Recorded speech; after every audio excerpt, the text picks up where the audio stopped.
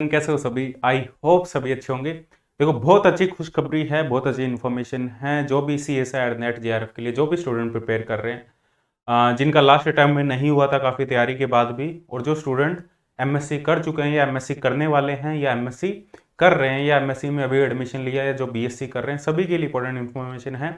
C S I net ने अपने जो एग्जामिनेशन फॉर्म है वो रिलीज कर दिए, एप्लीकेशन फॉर्म है वो स्टार्ट हो चुके हैं। एनटीए की वेबसाइट पे, ऑफिशियल वेबसाइट पे जाके तुम चेक कर सकते हो। ये कंप्लीट इन्फॉर्मेशन बुलेटिन है। यहाँ पे कंप्लीट इन्फॉर्मेशन, इस वीडियो में मैं कंप्लीट इन्फॉर्मेशन दूंगा कि एग्जामिनेशन फॉर्म है वो, इससे रिलेटेड क्या क्या इस एलिजिबिलिटी क्राइटेरिया है, क्या लास्ट डेट है, एग्जाम डेट कब है। सबसे इंपॉर्टेंट इन्फॉर्मेशन यहाँ पे ये है कि इन्होंने एग्जाम डेट भी अनाउंस कर दी है। ठीक है, काफी इंपॉर्टेंट इन्फॉर्मेशन है, पहले से ही एग्जाम डेट अनाउंस कर दी है। और ये जो एग्जाम होने वाला है बेसिकली वो दिसंबर और जून का कंबाइन एग्जाम होने वाला है। तो ऑब्वियसली मेरे हिसाब से यहाँ पे जो सीट्स है वो भी इंक्रीज होगी और काफी अच्छा चांस बनेगा यहाँ पे जो भी नेट जेआरएफ के लिए प्रिपेयर कर रहे हैं। ठीक है, 5 सब्जेक्ट में नेट जेआरएफ होता है, सीएसआई नेट जेआरएफ की अपने बात कर रहे हैं। तो देखो आगे बढ़ते हैं, इसमें क्या क्या इंपॉर्टेंट इन्फॉर्मेशन है, किन किन चीज़ों की हमें रिक्वायरमेंट है, कैसे फॉर्म को फिल करना है। ये देखो, ये इनकी ऑफिशियल वेबसाइट है, यहाँ पे विजिट कर सकते हो तुम। ठीक है, यहाँ से कंप्लीट इन्फॉर्मेशन तुम्हें मिल जाएगी। अब देखो, इंपॉर्टेंट पॉइंट अपने टच करेंगे, कंप्लीट नहीं करेंगे, जो जो मोस्ट इंपॉर्टेंट पॉइंट है वो यहाँ पे सारे टच करेंगे। ठीक है, देखो सबसे पहला इंपॉर्टेंट पॉइंट ये है यहाँ पे, ये देखो सबसे इंपॉर्टेंट पॉइंट ये रहा यहाँ पे, इसको देखो। हाँ, ऑनलाइन रजिस्ट्रेशन है जो स्टार्ट हो रहा है एप्लीकेशन फॉर्म 10 मार्च से 10 अप्रैल तक रजिस्ट्रेशन है वो होंगे। दिसंबर, और इन्होंने कंप्लीटली मेंशन किया दिसंबर और जून दोनों एग्जाम यहाँ पे कंबाइन है, जून 2023 और दिसंबर 2022। और यहाँ पे application form through NTA website, ये वेबसाइट उन्होंने गिवन है, यहाँ पे जाके फिल कर सकते हो। लास्ट डेट जो ट्रांजेक्शन की होगी, ट्रांजेक्शन फीस की जो लास्ट डेट होगी वो 10 अप्रैल होगी 11:50 PM। तो इससे पहले तो वेट मत करना कि एक महीना आराम से फॉर्म भर देंगे, जितना जल्दी हो सके, क्योंकि साइट बहुत ज़्यादा बिजी रहती है, बाद में बहुत सारी प्रॉब्लम्स आती है। तो अभी से ही जो एग्जामिनेशन फॉर्म है वो तुम फिल कर देना। नेक्स्ट बात करें, यहाँ पे देखो, नेक्स्ट हमारे पास में यहाँ पे फीस स्ट्रक्चर की बात करें, यहाँ पे देख सकते हो कंप्लीट ये फीस स्ट्रक्चर है।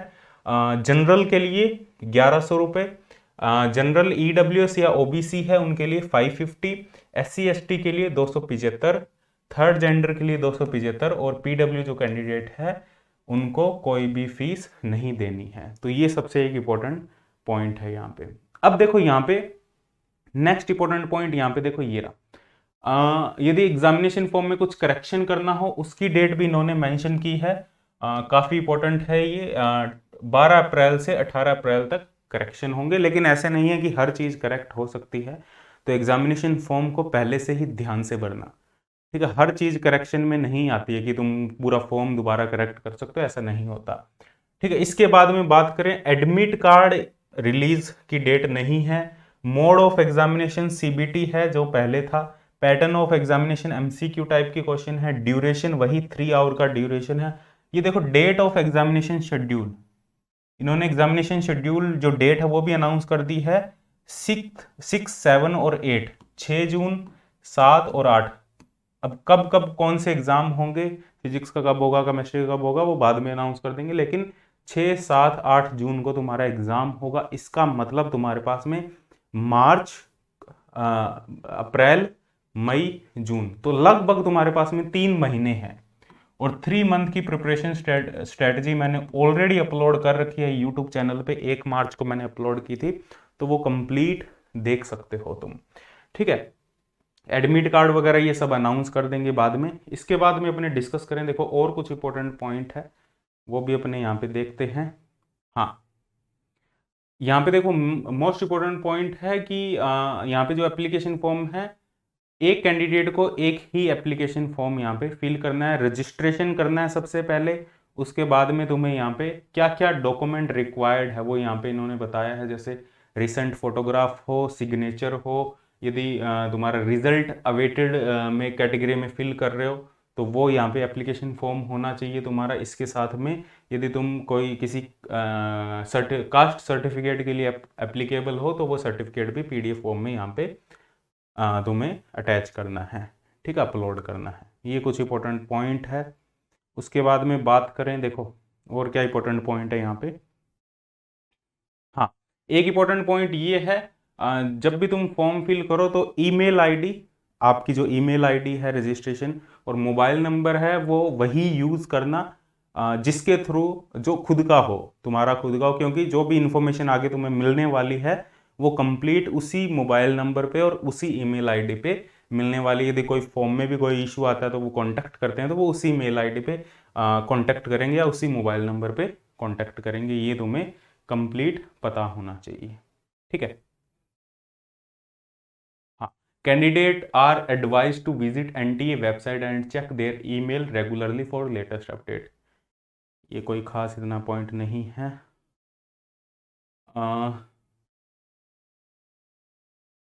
ठीक है, ये भी सभी को पता होगा। ये इतने ज़्यादा इंपॉर्टेंट पॉइंट नहीं है। जो इंपॉर्टेंट पॉइंट है मैं उसकी बात करूँगा यहाँ पे। ये इंस्ट्रक्शंस है भी, एग्ज़ाम में तुम्हें क्या लेके जाना है क्या नहीं लेके जाना, वो बात की बात है। अभी तो अपने फॉर्म भरने हैं। NTA के बारे में यहाँ पे बताया। NTA एक एग्ज़ाम कंडक्ट करवाने वाली एजेंसी है जिन्होंने CSIR नेट का एग्ज़ाम है वो कंडक्ट करवा रही है। हाँ, अब यहाँ पे बात करें CSIR नेट के बारे में। CSIR UGC fellowship. CSIR UGC क्यों कहते हैं इसको? बेसिकली क्योंकि यहाँ पे जो फेलोशिप मिलती है इसमें कुछ स्टूडेंट ऐसे होते हैं जिनको फेलोशिप CSIR देती है और कुछ स्टूडेंट ऐसे होंगे जिनको फेलोशिप UGC के द्वारा दी जाती है। तो इसमें कोई एग्जामिनेशन का कोई रोल नहीं है, भाई एग्जाम में कितने मार्क्स आ रहे हैं वो ऑटोमेटिकली पता नहीं किस हिसाब से डिसाइड करते हैं। कुछ को UGC JRF मिलता है, कुछ को CSIR JRF मिलता है। दोनों के अपने अलग अलग फायदे हैं, ठीक है। उसके बाद में बात करें, ये जो एग्जाम होता है वो कंबाइंड होता है CSIR और दोनों के लिए। असिस्टेंट प्रोफेसर जो लेक्चरशिप है उसके लिए LA कैटेगरी और JRF दोनों के लिए होता है। और यहाँ पे JRF के लिए जो क्वालिफिकेशन है वो यहाँ पे देख सकते हो। ये हमारे पास में ये एलिजिबिलिटी क्राइटेरिया है। BS 4 ईयर प्रोग्राम हो, BE प्रोग्राम हो, BTech हो, B फार्मेसी हो, MBBS हो, इंटीग्रेट BSMS हो, MSc हो और इक्विवेलेंट डिग्री हो, या BSc ऑनर्स और इक्विवेलेंट डिग्री हो, इसके लिए एप्लीकेबल होंगे। या इंटीग्रेटेड MS PhD प्रोग्राम हो विद एटलीस्ट 55% मार्क्स मिनिमम होने चाहिए जनरल कैटेगरी के लिए और जनरल EWS कैटेगरी के लिए। ये सभी के लिए, मतलब ये जो भी डिग्री है इन सभी के लिए आप एप्लीकेबल हो। यदि इनमें से कोई भी प्रोग्राम में आप एनरोल्ड हो तो आप एप्लीकेबल हो JRF के लिए, ठीक है। असिस्टेंट प्रोफेसर के लिए सिर्फ MSc कैंडिडेट ही एप्लीकेबल होंगे, ठीक है। जो लेक्चरशिप है, ठीक है, JRF के लिए सभी एप्लीकेबल है। और मिनिमम 55% मार्क्स यहाँ पे होने चाहिए यदि आप जनरल के हो और जनरल EWS कैटेगरी के हो। और 50% मार्क्स मिनिमम होने चाहिए यदि आप OBC से हो, SC ST से हो, थर्ड जेंडर से हो या PWD कैंडिडेट हो तो 50% मिनिमम मार्क्स आपके होने चाहिए, ठीक है। ये एक इंपॉर्टेंट इन्फॉर्मेशन है। इसके बाद में बात करें, देखो कुछ और इंपॉर्टेंट इन्फॉर्मेशन भी है यहाँ पे। तो यहाँ पे देख सकते हो, और जो CSIR नेट का एग्जाम है वो जो 2 बार होता है लेकिन इस बार कंबाइन हो रहा है, ठीक है। और यहाँ पे देखो और कुछ इंपॉर्टेंट नहीं है। हाँ, जो लेक्चरशिप की जो वैलिडिटी है, देखो एक ही एग्जाम होगा नेट का, उसी में नेट होगा, उसी में JRF होगा। कुछ जो अपर कैंडिडेट होंगे जिनकी रैंक अच्छी होगी उनको JRF मिलेगा, उसकी अलग कट ऑफ होगी, नेट की अलग कट ऑफ होगी, बट एग्जाम एक ही होगा। तो इसमें कंफ्यूज मत हो ना। ये सारी चीजें इसलिए बता रहा हूँ क्योंकि काफी नए कैंडिडेट है जिनको ये सारी चीजें नहीं पता, तो इस वजह से सारी इन्फॉर्मेशन दे रहा हूँ मैं यहाँ पे, ठीक है। नेक्स्ट देखो यहाँ पे, हाँ, स्टाइपेंड की बात करें तो जो लेक्चरशिप की वैलिडिटी है वो हमेशा रहेगी। JRF की जो वैलिडिटी है वो 2 ईयर के लिए रहेगी, ठीक है। और UGC जो JRF देती है वो उसके उनके सर्टिफिकेट में कई बार वैलिडिटी 3 ईयर लिखा होता है, बट इस बार पता नहीं मेरे को क्या लिखा होगा। बट जो पहले UGC JRF देती थी, UGC से जो JRF मिलता है, एक सेकंड, ठीक है, उसकी जो वैलिडिटी है वो 3 ईयर होती है। लेकिन जो CSIR से JRF मिलता है, अब पता नहीं मेरे को अब वाले सर्टिफिकेट पे क्या है। CSIR जो पहले ये था 1-2 साल पहले, CSIR से जो JRF मिलता है उसकी जो वैलिडिटी होती है वो 2 ईयर होती है। ठीक है, ये कहानी है। अब इसके बाद में बात करें, हाँ, और जो लेक्चरशिप है उसकी जो वैलिडिटी है वो हमेशा के लिए रहेगी। स्टाइपेंड की बात करें, क्या स्कॉलरशिप मिलेगी, वो जो पहले से है स्कॉलरशिप वही है सेम, इन्होंने कोई चेंज नहीं किया है। 31,000 प्लस HRA और 20,000 पर ईयर एक्स्ट्रा मिलेंगे रिसर्च के लिए। और यदि SRF आफ्टर 2 ईयर SRF में कन्वर्ट हो जाता है वो 35,000 प्लस HRA। 35 प्लस एक्स्ट्रा वो काफ़ी हो जाता है। HRA वो डिपेंड करता है कि किस लोकेशन क्या है तुम्हारी, किस सिटी में हो, मेट्रो सिटी है या रिमोट एरिया है, किस टाइप से है, वो उसके बेसिस पे HRA वगैरह तुम्हें मिलता है। हॉस्टल फैसिलिटी मिल रही है नहीं मिल रही, वो बाद की बातें हैं सारी। ठीक है, और ये जो एग्जामिनेशन है वो इन्होंने ऑलरेडी बता दिया है कि दिसंबर और तुम्हारा जून का कंबाइन हो रहा है। हाँ, यहाँ पे देखो ये कन्फ्यूजन काफी बच्चों में रहती है, काफी स्टूडेंट में रहती है कि अप्लाई JRF के लिए करें या लेक्चरशिप के लिए करें। देखो यदि तुम्हारी एज 28 से कम है, एज वाला क्राइटेरिया भी देखेंगे, तो तुम JRF और लेक्चरशिप, JRF के लिए अप्लाई करो, ऑटोमेटिकली तुम लेक्चरशिप के लिए एप्लीकेबल हो जाओगे। यदि 28 से ज्यादा है और यदि तुम सिर्फ नेट के लिए ही अप्लाई करना चाहते हो तो सिर्फ नेट के लिए अप्लाई करो। बट जिनकी एज 28 से कम है, जो मैक्सिमम एज जो इन्होंने मेंशन की है विद जो कास्ट सर्टिफिकेट है उसको इंक्लूड करते हुए मैक्सिमम एज, यदि तुम्हारी उससे अंडर है, उससे कम है, तो तुम JRF के लिए अप्लाई करो। असिस्टेंट प्रोफेसर के लिए या लेक्चरशिप के लिए तुम ऑलरेडी ऑटोमेटिकली एप्लीकेबल हो जाओगे, तो JRF के लिए अप्लाई करो। ये तुम्हारी एज क्रॉस कर रही है मिनिमम एज से, तो तुम किसके लिए अप्लाई करो, लेक्चरशिप के लिए अप्लाई करो। यदि तुम JRF के लिए भी अप्लाई कर देते हो तो इनका ऑटोमेटिकली आपकी एज के बेसिस पे आपको लेक्चरशिप में ही कंसीडर किया जाएगा। ठीक है, तो ये है कुछ। नेक्स्ट एलिजिबिलिटी क्राइटेरिया वैसे तो बता ही दिया। देखो इस एग्जाम के लिए जो एलिजिबिलिटी क्राइटेरिया है वो है तुम्हारा ये रहा।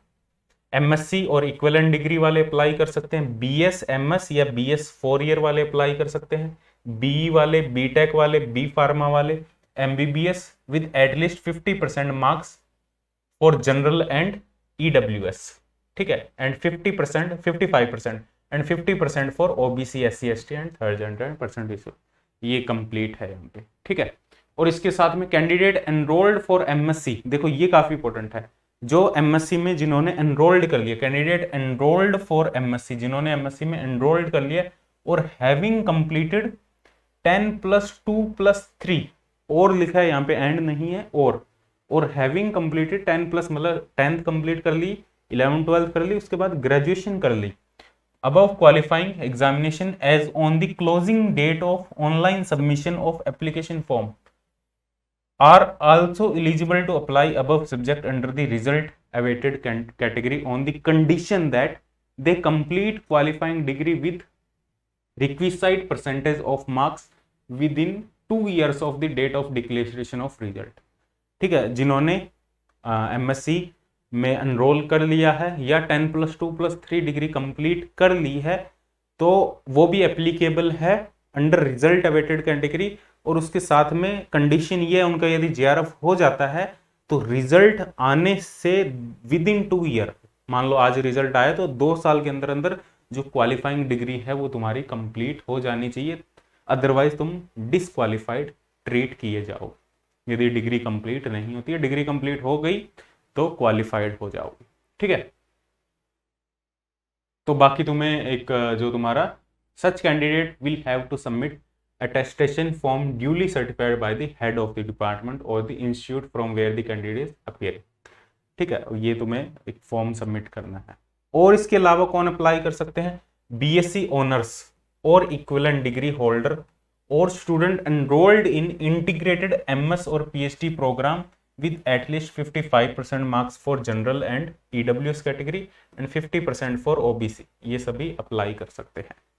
ठीक है, candidate with bachelor degree will be eligible for CSIR fellowship only after getting registered enrolled for PhD integrated PhD program within the validity period of 2 year। और जिन्होंने सिर्फ ग्रेजुएशन किया वो भी एप्लीकेबल है, बट वो सिर्फ JRF के लिए एप्लीकेबल है, लेक्चरशिप के लिए एप्लीकेबल नहीं है। Candidate possessing only bachelor degree are eligible to apply only for JRF and not for lectureship. ठीक है, ये भी ध्यान रखना, ये वही है सेम पहले जो लिखा था, ये कैंडिडेट भी अप्लाई कर सकते हैं। BE, BS, BTech, B pharma, result awaited final year result awaited candidate are eligible to apply for fellowship only. जो रिजल्ट अवेटेड कैटेगरी में है वो ये वाले student, BE, BS, BTech, B pharma, ये सभी फेलोशिप के लिए एप्लीकेबल है, लेक्चरशिप के लिए नहीं है। BSc honours final year result awaited candidate are not eligible to apply. जो बीएससी ऑनर्स के स्टूडेंट है फाइनल ईयर के, वो result awaited candidate final year के या result awaited candidate are not eligible to apply. तो ये कुछ पॉइंट है जो तुम नोट करना, ठीक है। बाकी इसमें कुछ इंपॉर्टेंट नहीं। हाँ, ये देखो एज लिमिट की यहाँ बात करें, जेआरएफ के लिए जो एज लिमिट है 28 ईयर एज ऑन 1/7/2022, 1 जुलाई 2022 को तुम्हारी एज है 28 से कम रहनी चाहिए, अपर एज लिमिट। और रिलैक्सेशन है 5 ईयर का है in case of SC/ST and PWD candidate और फीमेल के लिए, और 3 ईयर का रिलैक्सेशन है OBC के लिए। ठीक है, ये रिलैक्सेशन मतलब OBC में हो तो 31 ईयर है, और SC/ST या PWD या फीमेल हो तो 5 ईयर का एक्स्ट्रा रिलैक्सेशन यहाँ पे मिलेगा। लेक्चरशिप के लिए कोई भी अपर एज लिमिट नहीं है, ठीक है, ये एक इंपॉर्टेंट पॉइंट है। हाँ, एग्जामिनेशन पैटर्न वही है, कोई चेंज नहीं किया इन्होंने, देख सकते हो। अपने फिजिक्स की बात करेंगे यहाँ पे, बाकी सभी का सेम ही है पैटर्न। फिजिक्स की देखो, फिजिकल साइंस कहते हैं इसको, कंप्लीट फिजिक्स को। Part A, part B, aptitude portion 20 question आएंगे, 25 क्वेश्चन पार्ट बी में, 30 क्वेश्चन पार्ट सी में, टोटल 75 आएंगे। मैक्सिमम जो अटेम्प्ट करने वो 55 करने, 15 इसमें करने, 20 इसमें करने, 20 इसमें करने। ये 2 मार्क्स के होंगे, 3.5, 5 मार्क्स का, 200 का पेपर होगा, 277 का आएगा, 200 का अटेम्प्ट करना है, 25% नेगेटिव मार्किंग होगी, ठीक है। तो ये एक इंपॉर्टेंट पॉइंट था। इसके बाद में MCQ क्वेश्चन होंगे सभी। और देखो सिलेबस यदि डाउनलोड करना है तो ये वेबसाइट है CSIR की, वही सेम सिलेबस है, कोई सिलेबस में चेंज नहीं है, ठीक है। हाँ, ये फैसिलिटी फॉर PWD कैंडिडेट, ये पढ़ लेना, जो भी एप्लीकेबल है इसमें।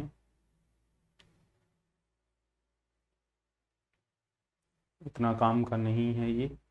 हाँ, रजिस्ट्रेशन एंड एप्लीकेशन प्रोसेस सभी को पता है कैसे रजिस्टर करना है, बट वो जो सर्टिफिकेट इन्होंने रिक्वायर्ड है वो सर्टिफिकेट लेना। Copy of board university certificate for name, mother name and वो 10th की मार्कशीट ले सकते हो। टाइप ऑफ आइडेंटिफिकेशन कुछ भी ले सकते हो, Aadhaar card, voter ID card. Qualifying degree last semester की मार्कशीट होनी चाहिए। मेल ID परमानेंट तुम्हारी खुद की होनी चाहिए। 4 सिटी पहले से ही चॉइस करके रखना, ठीक है। और सब्जेक्ट कोड याद कर लेना, जब फॉर्म फिल करो वहाँ सब्जेक्ट कोड फिल करना होगा, ठीक है। रिजल्ट अवेटेड फॉर्म यदि एप्लीकेबल है तो वो लगाना है। कास्ट सर्टिफिकेट यदि एप्लीकेबल है तो वो भी यहाँ पे लगाना है, ठीक है। और ये सब चीज़ें तुम जैसे जैसे फिल करोगे तो पता लग जाएगा। जो इमेज साइज है उनका ये साइज रखना, वो वहाँ पे भी लिखा हुआ है, जब फॉर्म अप्लाई करोगे ना वहाँ पे भी लिखा होगा। बट एक ही सजेशन दूंगा, जल्दी से फिल कर देना, वेट मत करना।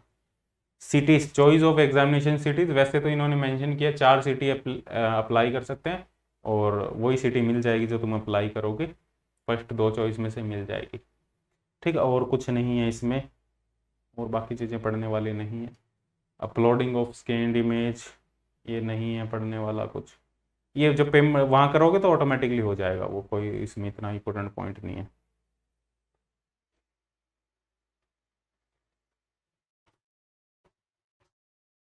हाँ, फॉर्म पहले से ही सही भरना, ऐसे नहीं है कि बाद में तुम ऐसे सोचो भाई हर चीज़ करेक्ट हो जाएगी बाद में। करेक्शन में हर चीज़ करेक्ट नहीं होती, तो ध्यान से भरना कि करेक्शन का मौका ही ना मिले, करेक्शन करना ही ना पड़े, तो इस टाइप से भरना फॉर्म को।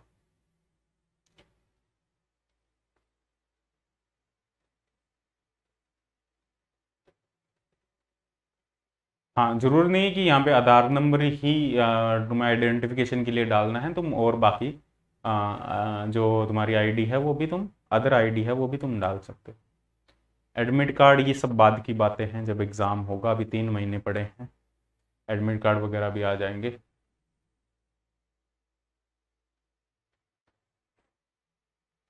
ये एग्जामिनेशन सेंटर की बात कर रहे हैं यहाँ पे, कंप्लीट, ठीक है। ये अभी के लिए काम की चीज़ें नहीं है तुम्हारे, और कुछ नहीं है, वही सेम है, मतलब कुछ भी नया नहीं है, ऐसा नहीं है कुछ चेंज किया इन्होंने। हाँ, इन्होंने कुछ वर्चुअल कैलकुलेटर वाला भी दे रखा है यहाँ पे, तो वो देख लेना एक बार, मेरे हिसाब से एप्लीकेबल है वर्चुअल कैलकुलेटर यहाँ पे।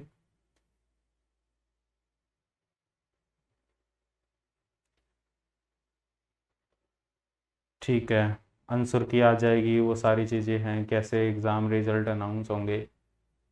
ठीक है, और कुछ नहीं है, बस यही था मेन इन्फॉर्मेशन जो देनी थी। आ, ये भी नहीं है इतना कुछ। ये हेल्प डेस्क नंबर है। एलिजिबिलिटी क्राइटेरिया फिर से लिख दिया इन्होंने, वही है सेम, उसमें कुछ चेंज नहीं है। एग्ज़ाम सिटी ये देख सकते हो, ये अलग अलग सिटी के नाम हैं, तुम जो भी स्टेट से बिलोंग करते हो जो तुम्हारे पास में है वो सिटी देख लेना यहाँ पे, तो कोड देख लेना कौन कौन सी है, कौन किस में अप्लाई करना है, सभी स्टेट है लगभग। ठीक है, ये देख लेना। उत्तर प्रदेश, ये देख लेना। ठीक है, बस इतना ही है इसमें, और कुछ नहीं है। नीचे तक देखा है मैंने कंप्लीट। हाँ, तो ये कंप्लीट तुम्हारी इन्फॉर्मेशन थी एग्ज़ाम से रिलेटेड। आई होप ये सारी चीज़ें तुम्हें पता लगी हो, समझ में आई हो। ठीक है, कोई भी इन्फॉर्मेशन मैंने मिस नहीं की है। ठीक है, तो फॉर्म को बहुत जल्दी अप्लाई कर देना, जितना जल्दी हो सके। और जो भी फिजिक्स के स्टूडेंट हैं, ठीक है, जो CSIR नेट का फॉर्म अप्लाई कर रहे हैं फिजिक्स के स्टूडेंट, ऑलरेडी मैंने 3 मंथ प्रिपरेशन स्ट्रेटजी है ऑलरेडी यूट्यूब पर पहले से अपलोड की हुई है, वो देखो, उसके अकॉर्डिंग पढ़ना स्टार्ट करो। CSIR नेट के लिए पर्टिकुलरली बैच भी चल रहा है। ठीक है, रिकॉर्डेड बैच है कंप्लीट, लाइव क्लास नहीं लेता मैं, रिकॉर्डेड बैच ये कंप्लीट, तो रिकॉर्डेड बैच वो भी तुम ज्वाइन कर सकते हो। बट ये है 3 महीने में कंप्लीट प्रिपरेशन पॉसिबल नहीं है यदि आज से स्टार्ट करोगे, तो वो तो फैक्ट है। तुम कंप्लीट प्रिपरेशन करना चाहते हो तो तुम्हें 6 महीने मिनिमम चाहिए कंप्लीट प्रिपरेशन के लिए। ठीक है, यदि थोड़ी प्रिपरेशन है पहले से और एक्स्ट्रा थोड़ी और प्रिपरेशन करना चाहते हो तो 3 महीने इनफ है, बट स्टार्टिंग से करना चाहते हो तो 3 महीने इनफ नहीं है, बट ट्राई करना है, अच्छे से एग्ज़ाम देना है। इसके बाद में हाँ, कॉन्टैक्ट इन्फॉर्मेशन की बात करें तो ये कंप्लीट कॉन्टैक्ट इन्फॉर्मेशन है। एक सेकेंड, कोई भी और डाउट हो तो ये कॉन्टैक्ट है, यहाँ कनेक्ट कर सकते हो, 9560182735, ये व्हाट्सअप नंबर है। और टेलीग्राम ग्रुप ज्वाइन कर लो जिसमें कंप्लीट इन्फॉर्मेशन तुम्हें टाइम टू टाइम मिलती रहेगी। ठीक है, फिजिक्स तड़का नाम से है। ठीक है, तो इसके लिए टेस्ट सीरीज भी अपने बहुत जल्दी लॉन्च करेंगे नेट JRF के लिए, और बहुत अच्छी टेस्ट सीरीज लॉन्च करेंगे जिसमें एग्ज़ाम पैटर्न के अकॉर्डिंग ही सब कुछ होगा। ठीक है, काफ़ी इफेक्टिव टेस्ट सीरीज होगी, अफोर्डेबल प्राइस में होगी, जैसा कि हम पहले से करते आ रहे हैं। गेट के लिए भी लॉन्च की है, बार के लिए भी लॉन्च की है, जितने भी एग्ज़ाम हैं सभी के लिए। और बार के लिए जो प्रिपरेशन कर रहा है तो ऑलरेडी टेस्ट सीरीज चल रही है बार फिजिक्स के लिए। ठीक है, ऑलरेडी टेस्ट सीरीज चल रही है, वो ज्वाइन कर सकते हो। ऑलमोस्ट सभी टेस्ट कंप्लीट है, 1-2 टेस्ट और अपलोड करने वाले हैं। और इसके अलावा CSIR नेट और गेट के लिए जो प्रिपरेशन करना चाहता है उसके लिए बैच चल रहा है, ग्रेविटोन बैच। ठीक है, वो बैच ज्वाइन कर सकते हो, ग्रेविटोन बैच है। ठीक है, बाकी ऐप डाउनलोड कर लो, वहां से तुम्हें सारी इन्फॉर्मेशन मिल जाएगी, या वेबसाइट पे विजिट कर लो, इन सभी के जो लिंक है वो तुम्हें डिस्क्रिप्शन में मिल जाएंगे। ठीक है, तो मिलते हैं नेक्स्ट सेशन में, बाय बाय, टेक केयर।